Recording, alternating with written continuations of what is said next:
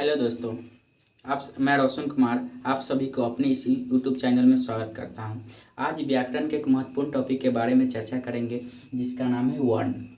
इससे पहले की वीडियो में हम चर्चा कर चुके हैं संज्ञा क्या है या कितने प्रकार के होते हैं, सभी प्रकारों को विस्तारपूर्वक जान चुके हैं। उसके बाद भाषा के बारे में पढ़े कि भाषा क्या होती है या कितने प्रकार से होते हैं, सभी प्रकारों को विस्तारपूर्वक से जाने हैं। अगर आप उस व्याकरण के उस महत्वपूर्ण टॉपिक को देखना चाहते हैं तो उसका लिंक डिस्क्रिप्शन में दिया रहेगा, उस पर क्लिक करके आप देख सकते हैं। आज हम चर्चा करेंगे वर्ण क्या है, इसका परिभाषा क्या होता है, इसकी कुल संख्या कितनी होती है, उसके बाद इसका उदाहरण के साथ समझेंगे। वर्ण कितने प्रकार के होते हैं, सभी प्रकारों को विस्तारपूर्वक जानेंगे। वर्णों के सभी वर्णों को उच्चारण स्थान को भी जानेंगे कि किस वर्ण का उच्चारण कहाँ से होता है। चलिए जानते हैं कि वर्ण क्या है। सबसे पहले परिभाषा की ओर चलते हैं। परिभाषा क्या होती है वर्ण क्या? वर्ण तो वर्ण उस मूलध्वनि को कहते हैं, वर्ण उस मूलध्वनि को कहते हैं जिसका खंड या टुकड़ा नहीं किया जा सकता। यानी वर्ण को हम खंड या टुकड़ा नहीं कर सकते। वर्ण उस मूलध्वनि को कहते हैं जिसका खंड या टुकड़ा नहीं किया जा सकता। कहने का मतलब है कि वर्ण को हम खंड या टुकड़ा नहीं कर सकते हैं। या इसको दूसरे तरीकों से भी बोल सकते हैं अखंड मूलध्वनि। अखंड मतलब जिसको खंडित नहीं कर सकते। अखंड मूलध्वनि यानी जिस ध्वनि को खंडित नहीं कर सकते उसको अखंड मूलध्वनि। अखंड मूलध्वनि को क्या बोलते हैं? वर्ण बोलते हैं। या तीसरी तरीका से भी बोल सकते हैं ध्वनि का सबसे छोटा रूप। ध्वनि का सबसे छोटा रूप, इतना छोटा रूप कि उसे और भी तोड़ नहीं सकते, उसी को हम बोलते हैं वर्ण। अब चलते हैं एग्जाम्पल की ओर। जैसे में क वर्ण है, इसको बताइए क को हम और तोड़ सकते हैं? नहीं तोड़ सकते, तो इसको हम वर्ण बोलेंगे। म को हम तोड़ सकते हैं? नहीं, तो इसको वर्ण बोलेंगे। दंत स अ आ ए ऐ, ये ऐसा वर्ण है, इसको हम तोड़ नहीं सकते।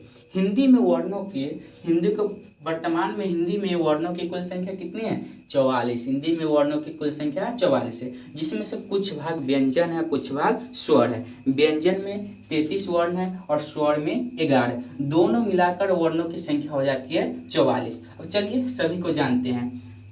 क ख ग घ अंग, इस पांचों वर्णों को हम बोलते हैं कवर्ग। इसके बाद च छ ज झ य, इस पांचों वर्णों को बोलते हैं चवर्ग। इसके बाद ट ठ ड ढ न, इस पांचों वर्णों को बोलते हैं टवर्ग। इसके बाद त थ द ध न, इस पांचों वर्णों को बोलते हैं टवर्ग। इसके बाद आगे है प फ ब भ म, इस पांचों वर्णों को बोलते हैं पवर्ग। उसके बाद है य र ल व, इस चारों वर्णों को बोलते हैं अंतःस्थ वर्ण। उसके बाद तालव्य स, मूर्धन्य स, दंत स, ह, इस चारों वर्णों को बोलते हैं उष्ण वर्ण। इसकी संख्या हो गया 33 जो व्यंजन वर्णों के अंतर्गत आती है। उसके बाद अ आ हर्ष ई दीर्घ ई हर्ष उ दीर्घ उ। उसके बाद है ए ऐ ओ औ री, यह है स्वर वर्ण। इसकी संख्या है कितने? 11। तो दोनों वर्ण मिलाकर हो गया हिंदी में 44। यह वर्ण के प्रकार है स्वर वर्ण और व्यंजन। अब इसके बारे में विस्तार पूर्वक जानेंगे। चलिए जानते हैं कि स्वर वर्ण, समझते हैं कि स्वर वर्ण क्या है। स्वर वर्ण क्या है, इसकी परिभाषा सबसे पहले समझते हैं कि जिस वर्णों का उच्चारण बिना किसी दूसरे वर्ण की सहायता से हो। स्वर वर्ण क्या है? तो जिस वर्णों का उच्चारण बिना किसी दूसरे वर्ण की सहायता से हो तो उसे स्वर वर्ण कहते हैं। कहने का मतलब स्वर वर्ण का उच्चारण जब होता है तो उसमें किसी दूसरे वर्णों की सहायता नहीं ली जाती है। जैसे अ आ हर्ष ई दीर्घ ई हर्ष उ दीर्घ उ ए ऐ ओ औ री, ये सब ऐसा वर्ण है जिसका आप उच्चारण करें तो इस वर्णों के उच्चारण करने पर किसी दूसरा वर्ण नहीं निकलेगा। जैसे अ बोलने पर किसी दूसरे वर्ण नहीं उत्पत्ति होती। तो इससे पता चलता है कि स्वर वर्ण का जब उच्चारण होता है तो किसी दूसरे वर्ण की सहायता नहीं ली जाती है। स्वर वर्णों की संख्या कितनी है? 11। स्वर वर्णों की संख्या 11। तब समझते हैं व्यंजन वर्ण।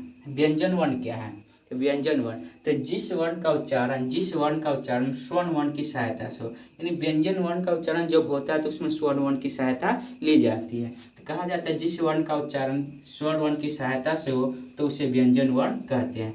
जिस वर्ण की उच्चारण स्वर वर्ण की सहायता से तो उसे व्यंजन वर्ण कहते हैं। यानी जब भी व्यंजन वर्ण का उच्चारण होती है, जब भी व्यंजन वर्ण का उच्चारण होती है उसमें स्वर वर्ण की सहायता ली जाती है। जैसे क ख ग घ अंग, जिसे हम क्या बोलते हैं कवर्ग बोलते हैं। च छ ज झ य, जिसे क्या बोलते हैं चवर्ग। इसके बाद जानते हैं ट ठ ड ढ न, इसको बोलते हैं टवर्ग। त थ द ध न, इसको बोलते हैं तवर्ग। इसके बाद प फ ब भ म, इसको बोलते हैं पवर्ग। उसके बाद य र ल व, इसको बोलते हैं अंतःस्थ वर्ण, इसको बोलते हैं तालव्य स, मूर्धन्य स, दंत स, ह, इसको बोलते हैं उष्ण व्यंजन। इसकी संख्या व्यंजन, इस सभी को बोलते हैं व्यंजन वर्ण। इनकी संख्या 33। व्यंजन वर्ण का उच्चारण होता है उसमें स्वर वर्ण की उत्पत्ति होती है। जैसे हम क का उच्चारण करेंगे तो बोलेंगे क, इसमें से निकलता है अ। उस पर म बोलते हैं, यह भी एक व्यंजन वर्ण है, इसमें क्या निकलता है अ निकलता है। तो इससे पता चलता है कि जब भी व्यंजन वर्ण का उच्चारण होता है, जब भी व्यंजन वर्ण का उच्चारण होता है उसमें स्वर वर्ण की सहायता ली जाती है। यानी व्यंजन वर्ण, स्वर वर्ण के बिना व्यंजन वर्ण नहीं है। चलिए अब समझते हैं कि सभी वर्णों का उच्चारण स्थान जी, किस वर्ण का उच्चारण कहाँ से होती है। चलिए समझते किस वर्ण का उच्चारण कहाँ से होती है, यानी वर्णों के उच्चारण स्थान के बारे में अब चर्चा करेंगे कि किस वर्ण का उच्चारण कहाँ से होती है। चलिए समझते हैं। सबसे पहले जानते हैं अ, आ, क, ख, ग, घ, अंग और ह। इस वर्णों का उच्चारण कहाँ से होती है, कंठ से। याद रखिए कंठ से किस किस वर्णों का उच्चारण होता है, अ का, आ का, क, ख, ग, घ, अंग और ह। इस वर्णों का उच्चारण कंठ से होती है। उसके बाद हर्ष ई, दीर्घ ई, च, छ, ज, झ, य और तालव्य सब, इस सब वर्णों का उच्चारण तालु से होता है। अगर एग्जाम में पूछा जाए तालु से किन किन वर्णों का उच्चारण होता है, तो तालु से होती है हर्ष ई, दीर्घ ई, च, छ, ज, झ, य और तालव्य से, ये सभी वर्णों का उच्चारण तालु से। अब जानते हैं कि मूर्धा से किन किन वर्णों का उच्चारण होता है। मूर्धा से किन किन वर्णों का उच्चारण होता है, तो मूर्धा से री, ट, ठ, ड, ढ, न, मूर्धन्य स और र, इन सभी वर्णों का उच्चारण कहाँ से होती है, मूर्धा से। मूर्धा से किन किन वर्णों का उच्चारण होती है, री का, ट का, ठ का, ड का, ढ का, टवर्गी न इसको बोलते हैं, मूर्धन्य से और र का उच्चारण मूर्धा से होती है। उसके बाद जानते हैं कि दंत से किन किन वर्णों, दंत से किन किन वर्णों का उच्चारण होती है, त, थ, द, ध, न, ल और दंत से, इन सभी का उच्चारण कहाँ से होती है, दंत से। यानी दंत से किन किन वर्णों का उच्चारण होती है, त, थ, द, ध, न, ल और दंत से, इन सभी वर्णों का उच्चारण दंत से होती है।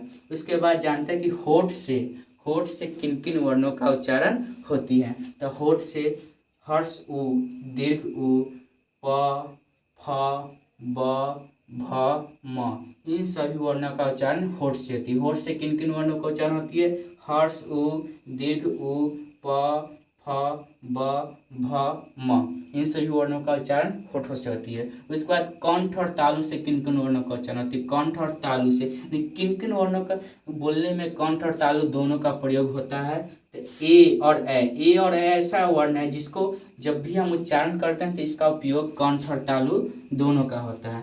उसके बाद ओ और अ का जब भी उच्चारण करते हैं तो इसमें प्रयोग होता है कंठ और होठ का। किसका, कंठ और होठ का।